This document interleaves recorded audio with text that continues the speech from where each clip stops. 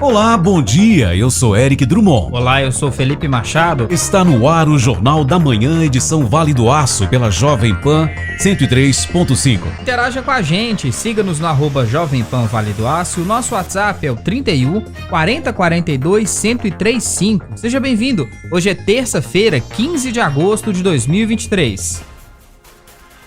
Com produção e edição de Felipe Machado, você confere a partir de agora os destaques desta edição. Uma entrevista com o neuropediatra Marcone Oliveira, que acaba de lançar o livro O Papai é Neuro. A paternidade e a maternidade desempenham um papel fundamental no desenvolvimento e bem-estar de uma criança. A presença e o envolvimento positivo de um pai ou figura paterna, por exemplo, tem um impacto significativo em várias áreas da vida da criança, desde o desenvolvimento emocional até o sucesso acadêmico e social. Para aqueles que já são ou que ainda serão pais e precisam de dicas para exercer a paternidade da melhor forma possível, o neuropediatra Marcone Oliveira acaba de lançar o livro O Papai é Neuro. A mensagem principal da obra, segundo o médico, é que os pais consigam levar os filhos ao desenvolvimento sem a carga, a cobrança imposta no dia a dia. O objetivo também é transformar vidas e fazer uma paternidade melhor para os pais. O nosso repórter Felipe Machado bateu um papo com o médico sobre a construção do livro. Eu vou bater um papo agora com um cara que é meu parceiro, conheço há muito tempo, um excelente profissional, já tive que pedir ajuda para ele algumas vezes. E ele está lançando um livro que não é um guia, não é uma enciclopédia, mas é para jogar luz, vamos dizer assim, para paternidade e maternidade. Eu converso com o neuropediatra Marcone Oliveira, que acaba de lançar o livro O Papai é o Neuro. Tudo bem, parceiro? Tudo bem, muito obrigado pela oportunidade. Vai ser um prazer discutir um pouquinho sobre o livro com você aqui hoje. Você já plantou uma árvore? Já plantei uma árvore. Você tem 2 filhos? 2 filhos. Então faltava o livro. Faltava o livro. Era um sonho, eu acho que muitas pessoas têm esse sonho e chegou a minha vez de realizar esse sonho. De onde partiu a ideia de fazer um livro? Na realidade é o seguinte, tem uma pressão da minha comunidade na internet que muitas vezes ficam perguntando: Marcone, cadê você tem algum livro? Você tem algum livro? E esse desejo foi crescendo e um belo dia eu descobri que eu poderia escrever e eu comecei a escrever e acabou dando certo. De que o livro trata? Quem for pegar o livro tem que ir com a mentalidade diferente. Como eu disse no início, ele não é um guia nem uma enciclopédia. Então, na realidade, o que acontece? Hoje, com o avançar da tecnologia, com a nova forma de criar os filhos, muitos pais estão tendo dificuldades em como realmente conduzir as crianças da melhor forma. E aí eu pensei, olha, eu preciso de ajudar esses pais. Então, o livro não é um guia. O livro é para permitir o pai que ele tenha novas possibilidades na hora de educar e na hora de criar os seus filhos. E foi isso. A gente sabe que as gerações vêm mudando, o mundo está mudando, a tecnologia influencia. Eu sou da geração, tenho 36 anos, eu sou da geração criada pela televisão. A geração de hoje que está vindo está sendo criada pelo celular e pelos tablets, pelas telas. Mudou muita coisa? Então, uma coisa que a gente não percebe, mas que mudou, é que hoje a gente tem um controle comportamental das crianças pelos aplicativos ou pelo que lá vê. Não sei se você já percebeu que algumas metodologias que esses estúdios, esses aplicativos usam, elas usam para fixar mais o tempo da criança. Antigamente você via o desenho, você tinha que esperar a propaganda para ver o outro e para ver o outro. Hoje a gente não tem mais isso. Sabe por quê? Porque faz com que a criança fique mais tempo lá. E quando acabava o desenho, começava um jornal ou começava um outro programa, a gente ia fazer outra coisa. Hoje não, os meninos continuam com o celular na mão. Continua. E a tecnologia desses aplicativos, videogames, ela é toda voltada para aumentar o nível de dopamina dessas crianças. E o nível de dopamina muito aumentado, você sabe que é viciante. No próximo bloco você vai ouvir a segunda parte da entrevista com o neuropediatra Marcone Oliveira.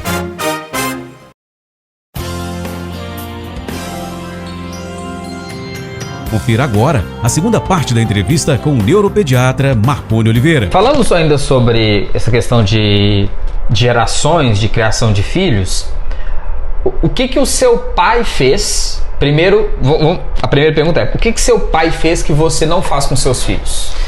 Então, meu pai me bateu umas 3 vezes. Sério? Ainda foi pouco? Não, foi muito pouco. E 3 vezes que eu me lembre, assim. Uma vez eu invoquei com uma vizinha lá e aí eu acabei mentindo pra ele, ele me bateu.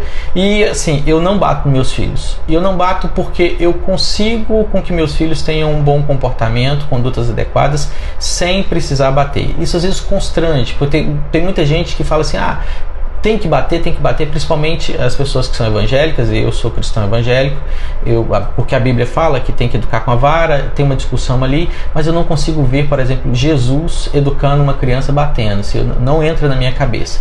Porque a gente tem outras formas hoje que a gente consegue adaptar e fazer com que essa criança realmente faça aquilo que precisa ser feito sem bater. Então isso é a primeira coisa. Meu pai me bateu 3 vezes e eu não bato nos meus filhos. E o que o seu pai fez com você que você faz com seus filhos? Uma coisa que meu pai fez comigo, que eu faço muito com meus filhos, é acreditar no potencial dos meus filhos. Meu pai nunca falou, você não vai conseguir, você não vai dar certo, e você conhece a minha história, você sabe que eu sou de uma comunidade, de um bairro pobre, de um pai que era faxineiro, e por esse acreditar, vai meu filho, vai, o papai está aqui, o papai vai te ajudar, que o meu pai fez comigo, que me fez chegar até aqui, e eu repito isso com meus filhos, eu acredito neles. Você falou sobre a sua relação com seus filhos e o nome do livro tem a ver com isso. Explica pra gente por que o nome do livro é O Papai é Neuro. Então, essa é uma coisa que surgiu dentro da minha casa. Eu tenho uma esposa que ela é administradora, advogada, e ela não tem a habilidade que eu tenho com as crianças. Então, com muita frequência, ela tinha problemas com as crianças. Por exemplo, eu vou te dar um exemplo. O menino não quer tomar banho. E aí eu chegava e falava, Busão eu chamo o apelido do meu filho. Vamos dar banho aqui no Homem-Aranha ou no Batman? Aí ele fala, dá banho no Batman. E ele tinha falado com a mãe que não ia tomar banho. E aí a mãe fala assim, só faz isso porque você é neuro. Aí esse só faz isso porque você é neuro, lá, o papai é neuro, então dá certo, o papai é neuro, então dá certo. Então o nome surgiu dentro da minha casa.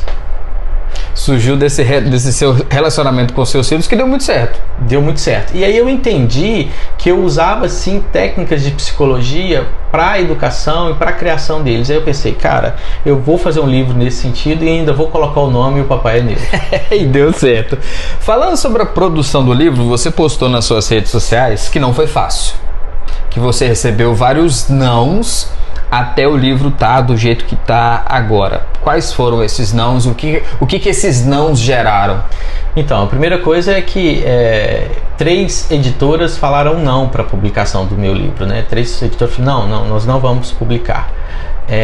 Isso gerou, assim, com o passar do tempo, eu fui procurando como eu fazia, e eu conheci uma pessoa que me falou, Marconi, o primeiro livro, a melhor forma é de publicar independente. E realmente eu estou muito mais feliz e mais livre por ter publicado independente. Segunda coisa que aconteceu é que a pessoa que ia fazer o prefácio, depois de ter combinado, assinado e falado que ia fazer o prefácio, ele declinou de fazer o prefácio porque percebeu que o livro tinha uma pegada muito cristã, e essa pessoa, ela é cristã, mas ela fala que é não confessional, então ela não gostaria de estar na descrição do prefácio do livro. Depois faltou dinheiro, né? Sempre falta dinheiro. Publicar o livro é caro, né? Assim, existem várias etapas, e aí acaba que eu tive que chamar as pessoas conhecidas, e essas pessoas me abonaram. Falaram, não, pode publicar que a gente vai pagar o livro. E aí, através desse apoio cultural, eu consegui fazer o livro. Mas eu estou muito satisfeito por esse processo, porque todo esse processo me fez crescer. Inclusive, uma das pessoas que negou a publicação do livro, sabendo da venda da primeira semana, já me procurou querendo conversar sobre um outro livro. E aí quem assina o prefácio do livro é o Samuel, do criador do 3 Palavrinhas, que é um canal nas redes sociais, tem um canal no YouTube muito grande, que fala diretamente para esse público, né? Para as crianças. Então, Samuca é uma pessoa excelente que caiu na minha vida. Ele é realmente o criador de 3 Palavrinhas, ele é cristão, e quando ele ficou sabendo de toda essa história, ele se abriu e falou, Marconi, eu gostaria de fazer o prefácio. E ele realmente fez o prefácio, e ele está muito feliz com o resultado também, está curtindo esse momento de publicação do livro comigo também. E na última sexta-feira você fez um evento no Centro Cultural Uzi Minas para poder fazer o lançamento do livro, apresentar o livro para as pessoas, mas foi meio diferente, né? Exatamente. As pessoas pensaram que iriam ao lançamento, ver uma palestra, ou talvez só um autógrafo, e eu quis entregar mais. Eu quis que fosse um momento marcante para essas pessoas. E eu acabei chamando o Luiz e o Uner, e a gente acabou fazendo um stand-up, que tiveram momentos sérios, momentos de muita felicidade, momentos de que as pessoas choraram, e foi entregue um resultado maravilhoso, pelo menos que as pessoas têm me contado, que ficaram muito felizes em participar desse evento. A ponto de pessoas depois do evento quererem me contratar para fazer o stand-up. Falei, não, o objetivo não é esse, mas foi muito legal, foi emocionante o dia. Além de médico, também humorista, uma boa. Não, eu não tenho essa pegada, não, tenho que estudar muito para isso. Mas assim, é porque eu fico muito solto dentro de consultório. E acaba surgindo histórias dentro de consultório que são muito legais, né, de contar, né? Porque eu trabalho com crianças especiais e crianças PCDs, né? Essas crianças, elas soltam a língua, né? Falam o que quer. E quando a gente conta as histórias que acontecem dentro de consultório, as pessoas amam, né, adoram, e eu fiz isso no dia do lançamento do livro. Agora eu fiquei curioso. Eu já estive no consultório do Dr. Marconi algumas vezes. Que história que tem no consultório? O que criança faz em consultório médico? Então, vou te contar uma que aconteceu recentemente. Uma criança de 4 anos chega com 2 sacolas, coloca na minha mesa e fala: trouxe pra você. Trouxe pra mim, aí eu abro, dou uma olhada, eram abacates. Nossa, Joãozinho, delícia. Que abacate lindo, maravilhoso, não precisava. Aí ele vira e fala assim: mas minha mãe ia dar pros porcos mesmo? Essas histórias são ótimas. Mexer com criança é um negócio muito bom. Provavelmente a mãe tinha muito abacate em casa e pega um pouco, joga pros porcos, e a mãe não ficou vermelha, a mãe ficou roxa, né? Quase que pediu assim: vou desmaiar aqui porque fica sem graça. Então esse tipo de história que encanta os pais, assim, e histórias também tristes, né, que acontecem, né, de perdas que a gente tem que... Mas essas não precisa de contar, né? A seguir, você confere no Jornal da Manhã, edição Vale do Aço, a última parte da entrevista com o neuropediatra Marconi Oliveira. Acompanhe agora a última parte da entrevista com o neuropediatra Marconi Oliveira. A gente já teve a experiência juntos de acompanhar casos de crianças, casos graves. E é difícil, né? É complicado mexer com criança, lidar com criança e às vezes perder um paciente para uma doença séria é complicado. Eu tive um papo esse final de semana com uma médica geneticista falando sobre a síndrome de Patau, que é a doença acometida pelo filho do cantor Zé Vaqueiro. E a gente falou muito sobre doenças raras. E a gente tocou no assunto do autismo também, que eu sei que é uma coisa que você lida muito, você tem pacientes com autismo, e a gente falou sobre isso. Os diagnósticos têm ficado melhores, os tratamentos têm ficado cada vez mais eficazes, e a gente está vendo essa evolução, né? Sim, por vários motivos. Um deles é porque a sociedade tem estado mais atento às crianças com dificuldade, e isso faz com que eu faça o diagnóstico mais precoce. A tecnologia de diagnóstico mudou, né? Até mesmo lá da genética, a gente consegue fazer diagnóstico mais preciso hoje. Depois do projeto Genoma, a gente consegue entender mais a genética, e por causa das metodologias de intervenção que progrediram, a gente sabe melhor como conduzir essas crianças. Realmente hoje a gente tem mais diagnóstico mais precoce, mas tem resultados muito melhores. Você falou que a sociedade está prestando atenção nessas coisas, mas o poder público também tem prestado mais atenção nesses casos, né? Na realidade, o que eu acho é que existe uma pressão da sociedade que tem feito o poder público prestar mais atenção. Estamos engatinhando ainda em termos de intervenção no sistema público. Desconheço uma cidade que tem um neuropediatra de verdade contratado, que tem um psiquiatra infantil, porque o valor que eles pagam é um valor irrisório, e até mesmo as intervenções não conseguem ser feitas, e a metodologia que aplica-se no SUS hoje não é metodologia legal. E por outro lado, a gente tem pessoas dando opinião que não deveriam dar, como por exemplo, a semana passada o presidente da República sancionou a utilização da ozonioterapia. E assim, a gente fica até constrangido, porque a ozonioterapia ele não tem nenhuma validade científica, muito pelo contrário, os estudos mostram que ele pode ser mais tóxico do que benéfico. E um dos tratamentos ditos é para o autismo. Então, eu já tive caso grave de criança tomando ozonioterapia que se aplica pelo reto, e a substância ela é tóxica, ela mata células, ela é porque ela é muito livre, né? Então ela quer contato com tudo, então ela quebra onde que ela passa. E aí eu sempre falo, né, assim, pensando criticamente, não teve que ter uma lei para liberar um remédio que foi amoxicilina, que foi realmente que funciona, penicilina que realmente funciona. Então por que tem que ter uma lei para liberar um remédio? Você é um lutador a favor do uso do canabidiol? Sim. Com as devidas proporções. Respeitar as devidas proporções. Na realidade a gente tem que falar do canabidiol o seguinte: o canabidiol não é toda essa firula toda que a indústria faz, mas ele é um potencial arsenal terapêutico. Marconi, você tem muitos pacientes usando? Eu tenho muitos pacientes usando, mas como medida salvadora. Nunca é o primeiro medicamento que eu escolho. A gente tem que tentar primeiro os que já têm medicina baseada em evidência, apesar de que o canabidiol já vem apresentando para alguns casos síndrome de Dravet, Lennox-Gastaut, epilepsias de difícil controle, bons resultados, e alguns casos de autismo também. Então assim, eu sou a favor do uso, desde que tomada as medidas adequadas e respeitado, sendo uma medida salvadora e não como primeira escolha. E chegando nisso, a gente pode ter sim uma lei liberando esse remédio, como a gente teve dos outros que você falou. Do canabidiol? Sim. Então, o canabidiol não precisou de ter lei igual da ozonioterapia, porque assim, o remédio ele não precisa de ter uma lei para ser liberado. O medicamento ele precisa de ser bom, e a partir do momento que ele é bom, a Anvisa vê os resultados e aprova a liberação dele. O que aconteceu na ozonioterapia é porque a Anvisa não liberava o uso, porque não se tem resultado positivo, e aí teve que fazer uma medida política para se liberar o uso no país. Então, diferente do canabidiol, que a gente tem comprovação científica em várias situações, então não passou uma lei para liberar o canabidiol. As pessoas confundem isso. A lei que passou para liberar o canabidiol foi uma lei para que o Estado bancasse o canabidiol. Entendi. Amigo, fechando nosso papo, que está muito bom, queria que você falasse para as pessoas...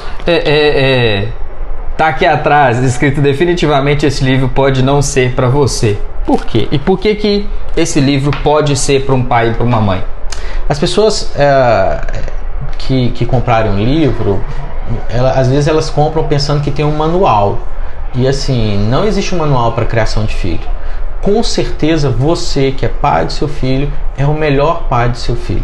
Eu não consigo ser tão bom pai do seu filho quanto você é. E aí o livro traca aqui, notas de ferrões e doçuras, e às vezes eu dou uma cutucadinha, sabe? Porque às vezes a gente pensa que é dono do filho, às vezes a gente pensa que precisa bater, e a gente tem uns pensamentos que ficam enraizados, que são replicados de pai para filho, e o momento agora é de cortar isso. Então, se você não quer fazer essa transformação, se não quer ter uma paternidade abelha, que é uma coisa que eu brinco no livro, que a gente tem pai abelha e pai mosca. Se você não quer ter uma paternidade abelha, é melhor você não comprar o livro, porque você vai sair constrangido do livro e vai sair falando mal de mim. Agora, se você quer ter uma paternidade abelha, assim, com todas as características da abelha, que suporta 400 vezes o seu peso, beija 1000 flores por dia para polinizar, trabalha em equipe, trabalha para a próxima geração sem saber que a próxima geração sem saber que se viverá para ver a próxima geração, que tem uma ordem no trabalho. Se você não tem esse interesse de fazer isso pelo seu filho, não lê o livro. Agora, se você é mosca, não sei se você sabe, né? Mosca, onde ela pousa, ela eleva putridão. Além disso, a mosca, ela sempre está em volta de excrementos. A mosca, ela leva doença, ela anda sozinha, morre cedo. Arrasou. Parceiro, muito obrigado pelo papo. Mais uma vez, sucesso no livro. Sucesso eu sei que você já tem. Já bateu 1 milhão de seguidores, né? Tô batendo 1 milhão de seguidores. Tenho amigos famosos, isso eu posso dizer. Obrigado, parceiro. Eu que agradeço a oportunidade, é sempre um prazer falar com você. Ó, eu conversei com o neuropediatra Marcone Oliveira, lançando o livro O Papai é Neuro. Repórter Felipe Machado. E termina agora o Jornal da Manhã, edição Vale do Aço. Aproveite para fazer contato com a gente via WhatsApp. O nosso novo número é o 31 4042 1035. Estaremos de volta amanhã, quarta-feira, a partir das 7h30 da manhã, com o Jornal da Manhã, edição Vale do Aço, a notícia em primeiro lugar. Uma excelente terça-feira para você e até amanhã.